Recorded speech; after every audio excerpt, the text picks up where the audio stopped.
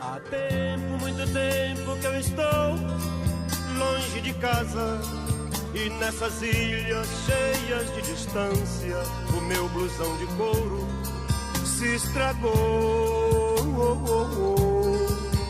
Ouvi dizer num papo da rapaziada que aquele amigo que embarcou comigo, cheio de esperança e fé, já se mandou. Sentado à beira do caminho pra pedir carona, tenho falado à mulher companheira, quem sabe lá no trópico a vida esteja a mil. E o cara que transava à noite no Danúbio Azul me disse que faz sol na América do Sul, que nossas irmãs nos esperam no coração do Brasil. Boa noite, meus amigos da Conversa ao Pé do Rádio. Hoje é dia 15 de novembro, né? Então é o dia da proclamação da nossa República. E aí a gente vai de Antônio Carlos Belchior, sobralense, que já largou a gente, já foi para outro plano. Eu digo que ele era natural de Sobral, de nacionalidade cearense. A música Tudo Outra Vez, uma coisa... Tem gente que fala que o Bob Dylan, o Belchior é o Bob Dylan brasileiro, né? Eu vou um pouquinho mais longe. Eu acho que o Bob Dylan é o Belchior americano. Esse é foda. Gente, vamos aqui dar início ao nosso bate-papo aqui diário, né? Quase diário, sempre diário, na medida do possível diário. Tá? O nosso canal aqui, eu quero deixar claro mais uma vez, eu sempre falo que deixo claro, né? Mas é bom. A repetição leva à perfeição, não à perfeição, mas a algo parecido. É a doutrinação do bem, né? É a doutrinação, o treino e a repetição. O Oscar, o jogador de basquete, foi um dos maiores jogadores de basquete do mundo, não reconhecidos aqui. Por favor, não misturam política, não venham aqui falar que ele era assim ou aquilo. Ele é brasileiro, Oscar, ele tem direito de ter a posição política que ele bem entender, então deixa eu só falar do Oscar, por favor. Que senão é um dos traços do identitarismo, tá? Por favor, a gente não respeitar o outro. Todo mundo falava que ele era muito bom, mas ele falava que ninguém sabe como ele treinava para ser bom. Como é que ele ajudava a qualidade dele com o treino. Então é isso aí. Então é o seguinte, cara, o nosso espaço aqui, que a gente está preparando algumas mudanças, principalmente em relação ao nome, porque nós não estamos querendo ser aqui um grupo antagônico de esquerda. Não é essa a nossa meta, não é nessa nossa função, não é isso que a gente quer, não é isso que a gente deseja, isso não faz parte dos nossos planos. Está muito ligado aqui ao esquerdismo deturpado, doente que tem aqui, porque nós não temos nenhum quadro de esquerda nacionalista de verdade. Nós não temos. Hoje estamos órfãos disso aí.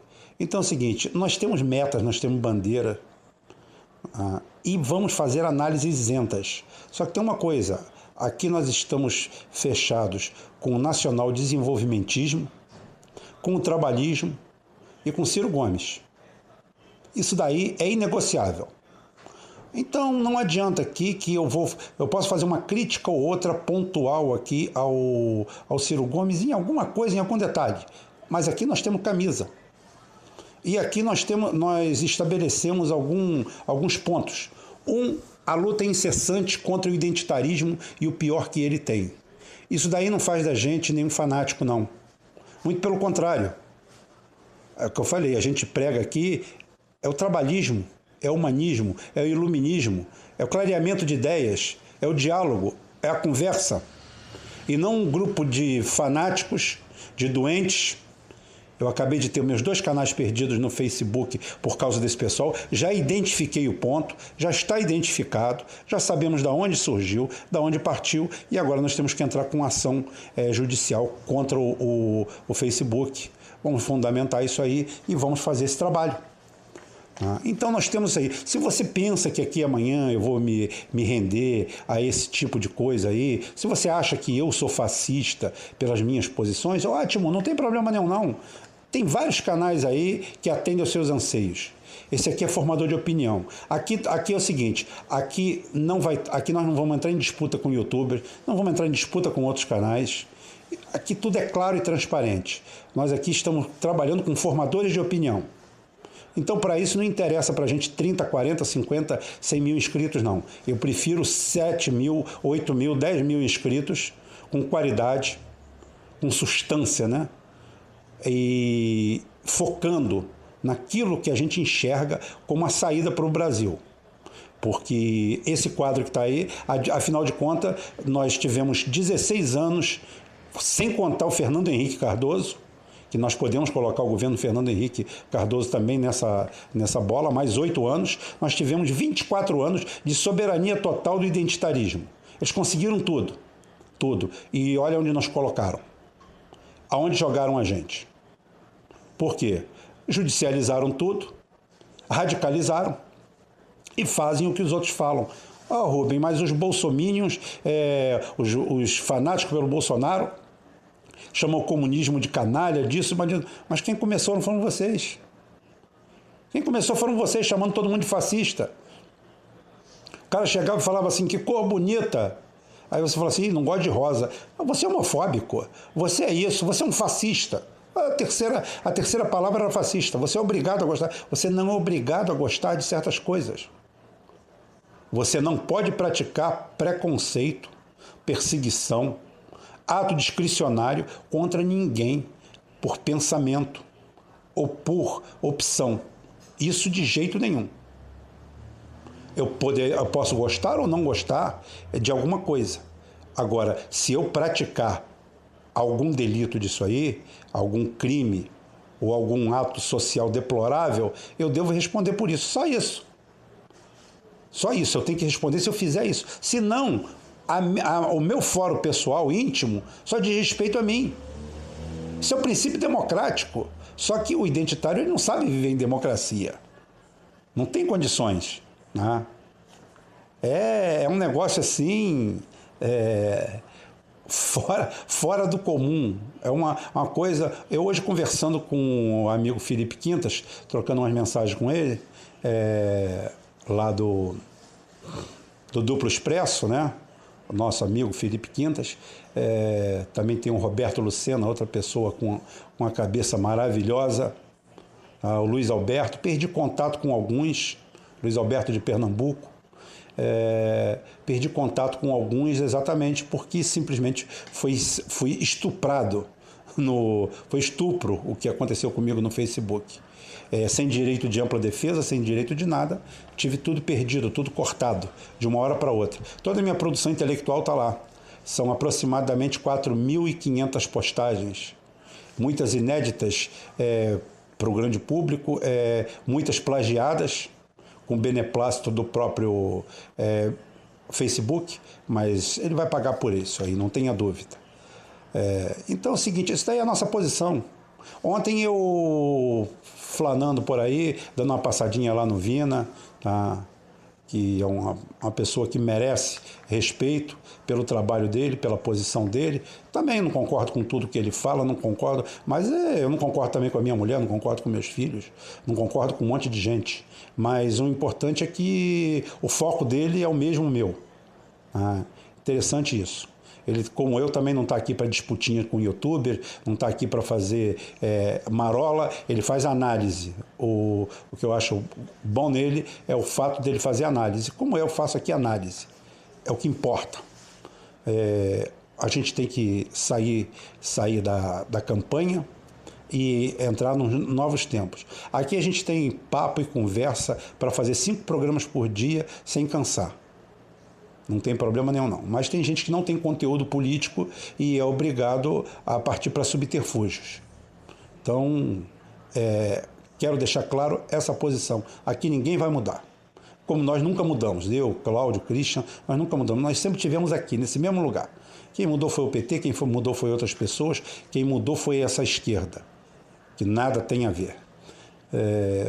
Falar que eu ontem fiz um trabalhozinho particular, pessoal, e passei para o Cláudio. Se uma hora ele quiser publicar para vocês, ele publica. Se vocês quiserem, vocês peçam a ele, tá? Eu falando que o caminho da nossa glória e o caminho do nosso desastre é o inconformismo. Isso aí eu fiz um vídeo para ele, fiz um áudio para ele, passei, são 3 áudios pequenos, no total dá uns 20 e poucos minutos. Se vocês quiserem, pede para ele, que eu não vou pedir não. Eu passei para ele, porque ele tinha falado, quando você tiver vontade de falar alguma coisa, eu falei, me deu vontade, e eu passei para ele, porque aí fica registrado. Se amanhã eu morrer de susto, de bala ou vício, de vício não vou morrer não. Posso morrer de susto ou de bala, de vício não vai dar não, porque eu não tenho vício nenhum não. Uma grande vantagem pelo menos, né? Botando ponto a ponto, vou fazer aqui uma análise, porque me pediram também, várias pessoas me pediram, Rubem, o que você tem para falar sobre o Lula? Primeiro, que eu acho que eu tenho muito pouca coisa para falar, eu não teria quase nada para falar. Mas, como foram amigos que pediram, pessoas que acompanham a gente, eu fui um pouquinho mais fundo, eu falei assim, o que eu tenho para falar disso aqui? Aí eu vi lá a juíza aplicando. A juíza não aplicou uma descompostura nele, não. Quem já esteve na barra dos tribunais, quem já viu como são oitivas e audiências, e quem é aqui do ramo, eu sei que tem muita gente aqui do direito, aquilo ali é o normal. Aquilo ali é o normal. O que acontece é o seguinte, a juíza, eu não quero saber para que time ela torce, eu quero saber o que ela está fazendo ali. O processo chegou na mão dela. Não foi ela que fez o processo, não foi ela que montou o processo. É porque eu acho que as pessoas não sabem quais são as atribuições de um juiz, muito menos o Sérgio Moro, né? Muito menos o Sérgio Moro. A ponto que ele fez o que bem entendeu, ele prostituiu todo o processo jurídico. A ponto de que o Sérgio Moro ele fez uma armadilha para o Lula. Eu quero explicar aqui essa armadilha que acho que ninguém se deu conta. O Sérgio Moro deixou Tem um velho ditado, né? É uma brincadeira que falando sobre futebol, né? Diz que uma manchete de Portugal e Espanha jogavam muito um contra o outro, né? Aí tem um jornal português que botou a manchete assim, jogamos como nunca e perdemos como sempre. Muito se falou muito depois disso, mas isso aí dizem que foi oriundo de um jornal. Não sei se é verdade ou não, mas é isso aí que consta. Então é a mesma coisa. O Lula já foi para a audiência com Sérgio Moro já condenado. Porque a condenação era política. Ele é preso político? Não. A condenação era política porque o Moro fazia parte de uma gangue política. Isso aí é óbvio. Mas isso não vai comprometer o judiciário todo com isso, não. Ele não é preso político. Preso político tem outra... Já expliquei isso 4 vezes, não vou explicar mais não. Chega. Eu acho que todo mundo já chegou a um ponto que não precisa mais saber disso. Então é o seguinte, mas qual foi a armadilha que o Sérgio Moro fez? O Sérgio Moro deixou o Lula fazer do juizado dele um palanque. O que eu quero dizer é que juridicamente o padrão é aquilo que o Lula fez ontem, que aconteceu ontem com o Lula. Tem gente aí chamando a juíza de puta, disso, daquilo outro. Eu não tenho nada a falar da juíza, absolutamente nada. Se ela é fascista, se ela é feminista, se ela torce para o Flamengo, que eu acho um defeito terrível. Tá? A pessoa torce para o Flamengo, mas tudo bem. Tem uma porrada, tem genro, tem um monte de gente na família, tem que aturar, né? Então, até a democracia é democracia, né? Então é o seguinte, eu não sei. Ela fez o que é normal qualquer magistrado fazer. O Sérgio Moro não. O Sérgio Moro abriu, escancarou, deixou o Lula fazer o que quis. E o Lula jogou como nunca e perdeu como sempre. Foi isso que o cara fez. O Lula se sentiu muito à vontade. O Lula começou... O Sérgio Moro quis parecer para o Lula que era uma brincadeira. Era um pique-esconde. Ontem Lula caiu na real, que ninguém mais vai dar palanque para ele, que acabou. Por que o Sérgio Moro fez isso? Genial. Genial, olhando do lado do mal, genial. O que ele fez? Eu vou deixar ele falar o que quiser, eu vou sair daqui como vítima dele e vou empurrar no cu dele até sair na boca. Agora imagina se além disso eu sou cruel com ele, eu lhe caço a palavra, não deixo ele falar, boto quente nele, vai vir todo mundo contra mim. Não, ele atenuou, todo mundo saiu de lá cantando vitória. Parecia até o Zé Galinha saindo do Senado, comemorando a derrota já previsível. Matamos a pau, arrebentamos, já somos finalistas. 7-1 já está garantido. E pronto, e deu no que deu. Foi isso aí. Então o que acontece? O Lula provavelmente, se o Bolsonaro não tiver um carinho especial por ele, pelo Lula ter elegido o Bolsonaro, provavelmente o Lula vai morrer na cadeia. Não me alegra nem um pouco, porque eu acho que ele tem uma quantidade de erros imensa, mas também tem acertos. Ele fez a gente sorrir, ele foi um bom presidente. O grande problema do Lula foram suas escolhas, não o seu mandato. Seu mandato foi ótimo, foi excelente, nós tivemos ganhos reais, houve erros, houve. Poderia ter sido feito de outra forma? Poderia. As coisas poderiam ter mudado? Poderiam ter mudado. Poderia haver. Tanto é que é o seguinte, não se renovou, o partido entrou em espiral descendente. Mas não merece isso. Não merece isso, porque os vereadores mais honestos da minha cidade têm o dobro daquilo ali de coisa roubada. Então vem aqui prender todo mundo. Vem aqui prender Itaboraí. Pode vir aqui prender todos eles. Prende de São Gonçalo. Vem prendendo todos. Vem prendendo todos. Pode salvar muito pouco.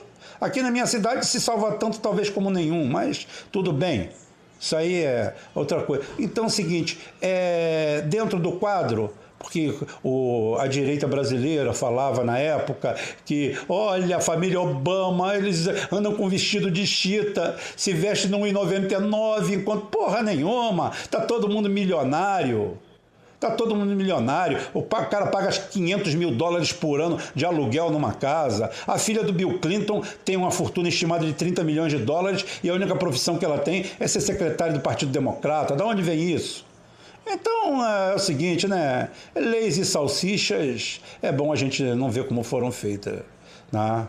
Já dizia lá, acho que foi o Hindenburg que falou isso, né? Acho que foi da Prússia ainda, final do século XIX, já se tinha essa posição, né? Então, é isso aí. É isso aí. O Lula não vai ter voz, não vai ter palanque, não vai ter com quem falar, não vai ter lugar nenhum para falar. A juíza não vai deixar. Podem continuar falando o que falar da juíza, ela realmente pode ser tudo isso que vocês estão falando, ou 10 vezes mais, mas isso aí não importa. A conduta que ela teve, eu quero que advogados aqui embaixo, que juristas venham aqui corroborar o que eu estou falando. Aquilo ali é o padrão normal. Você responde o que lhe falaram. O Lula quer dizer que está sendo perseguido, que aquilo é uma mentira? Se exilasse, fila da puta! Se exilasse, fosse lá para fora, fosse um estadista. Esse é o grande meia-culpa que o Rubem Gonzalez tem para fazer. Eu não fiz o meia-culpa do PT, eu faço o meu meia-culpa. Meu meia-culpa é esse. Desculpa, Lula. Eu julguei que você era um estadista. Eu julguei que toda aquela sua cara de sorriso, de tranquilidade, era sapiência. E eu descobri que era ignorância. Eu pensava que aquilo ali era ardilosidade, que aquilo ali era malandragem, era o fato de ter tudo na mão. E na mão você só tinha muito mal os dedos, não tinha mais nada. É triste, mas ter que escutar do amigo Cláudio chegar para mim e falar assim, Rubem, você é mais competente do que ele. Você está vendo, está enxergando mais longe do que ele. E hoje eu chego à conclusão que sim, efetivamente.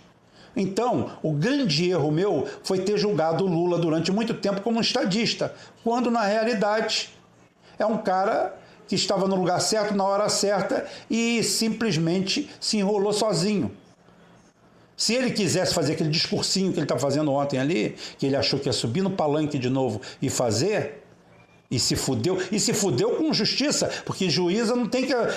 Nenhum juiz, nenhum magistrado, em lugar nenhum do mundo faz aquilo ali, dá a palavra para ele, não. Ele pensou que ia subir no palanque. E se fudeu. E se fudeu. Eu gosto disso? Não. Como eu falei, por mim, ele estaria na Rússia ou em qualquer lugar do planeta metendo o pau e botando o dedo na ferida, denunciando. Isso aqui, se ele quisesse ampla palavra, era isso. Ele agora vai ter a palavra de réu, condenado e preso, que é próxima de nada. Esse aí é o padrão. Fazer o quê? C'est la vie. Para frente, bola para frente. Tá? Outra coisa, eu tenho muita coisa para falar, um programa em 2, em 10 não dá. Eu tenho 5 aqui anotados, 5 tópicos, eu vou ficar em mais esse só, que é a tal da escola sem partido. Tá? Escola sem partido, o que você acha, Rubem? Cara, eu me contentaria muito se a nossa escola tivesse qualidade.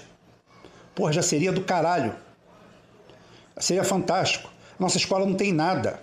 Nós formamos analfabetos funcionais.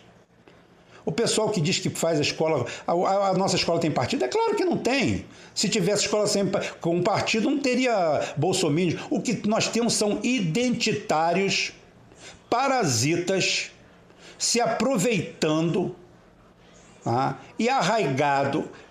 Até porque é o seguinte, a escola com partido que se fala, ela nasce lá no 3º grau, em federais, na área de humanas. Porque, afinal, que partidarização existe o Teorema de Pitágoras? Você vai dizer que a hipotenusa está à esquerda ou à direita? As equações. Porra! Então é o seguinte, química, física, biologia, tudo isso aí, o que tem? O partido vem para onde? História, filosofia, sociologia e só. Então é o seguinte, e quem está denunciando a escola sem partido está querendo tentar colocar o partido dela, que é um bando de retardados, de imbecis aí, que querem combater o comunismo porque os caras ficaram a vida inteira falando em fascismo. E o que aconteceu com isso? O que aconteceu com isso é que é o seguinte, quando o diabo entra pela porta, se tiver algum anjo, ele pula pela janela, porque sabe que não vai dar para ele ali dentro. Um anjo contra o demônio é pouca coisa, né? Então, o que aconteceu? Tá? Essa turma, vendo o que está acontecendo, vamos entrar lá. Vamos lá contar a nossa história. Vamos criar o comunismo, o demônio comunista. Como eles criaram o demônio fascista, nós criamos o demônio comunista. E é o seguinte, o senso crítico de todo mundo foi para casa do caralho. Ninguém mais discute política. Hoje, o único personagem político, os únicos personagens políticos que eu vejo aqui sendo debatidos em maior escala é Ciro Gomes, que dele se cobra um comportamento político e ético, tanto à esquerda quanto à direita, tá? E até o Amoedo. O Amoedo, que foi só candidato, caramba, que pouco se falou, teve uma votação razoável, alguém cobra também dele. Estou falando de viés ideológico. O resto, você vê, o outro dia, o colega aí do fórum do Ceará, eu quero que ele entre em contato comigo, eu tenho algumas dicas para te dar. Você entra em contato comigo aqui, que eu tenho algumas dicas para te dar. Se te ajudar, beleza. Tá? Estavam falando isso. Os bolsominions, o Bolsonaro, o caramba, ou quem for, eles estão querendo brigar com o PT, porque o PT você bate e ele apanha mesmo na boa. Só que você arrumar uma briga com o Ciro Gomes é muito pesado. O que acontece? Hoje se cobra ideologicamente o Ciro Gomes, se cobra ideologicamente o Amoedo, para não dizer que não falei de Flores. Mas ninguém cobra ideologicamente alguém fora disso aí, sabe por quê? Porque bolsonaristas e petistas simplesmente transformaram esse setor da política em fla-flu, em torcida.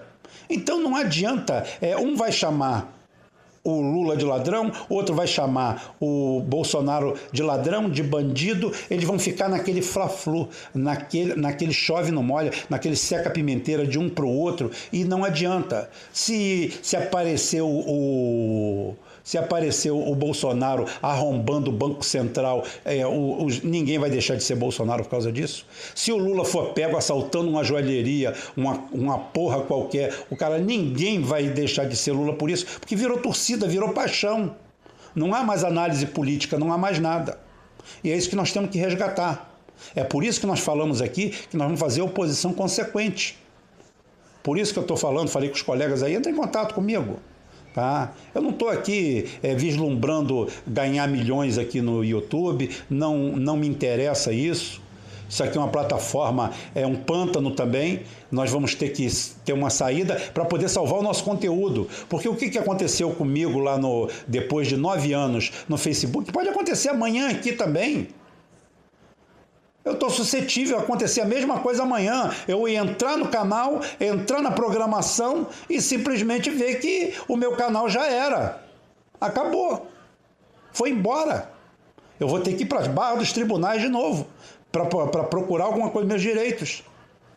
Então, nós temos um SOS, nós vamos ter que fazer, nós já temos um site, nós vamos ter que atualizá-lo e colocar lá um conteúdo lá, não sei como, para a gente salvar, resguardar isso e ter o direito de palavra. O direito da gente falar o que a gente acha e o que a gente acha de melhor nesse momento. Porque o Facebook já tiraram o nosso. O grande Facebook era o meu, atuante. O Cláudio já tinha desistido. Eu sou administrador da página Não a Mídia Golpista lá, não posso entrar porque eu fui tirado. Perdi as 2 contas. Tá? Então isso pode acontecer aqui amanhã. Então interessa isso sim, interessa dar um toque nos amigos, falar, vamos em frente, porque eu vejo conteúdo. O resto, meu amigo, o resto tá todo mundo atrás de ver se consegue um espaço maior. Que é quantidade. Eu não quero quantidade. E eu não estou aqui para agradar ninguém, não. Agradar ninguém, claro, quero agradar todos os meus amigos. Mas dentro do roteiro que nós estabelecemos. Eu não vou ficar aqui cedendo para A, B ou C para ficar bonito na fita, para ficar bem com todo mundo. Correr para a galera. Aqui não tem disso não tem lacração. Gente, tem mais 3 tópicos para tratar aqui, mas fica para amanhã, se Deus quiser. Hoje não dá mais. Um abraço e se vocês quiserem ouvir lá o inconformismo, tem que cobrar o Cláudio. Até amanhã, se Deus quiser. E aí, turma da página Não a Mídia Golpista, o Brasil já deve muito a vocês. Vamos seguir lutando, o Brasil merece a nossa luta.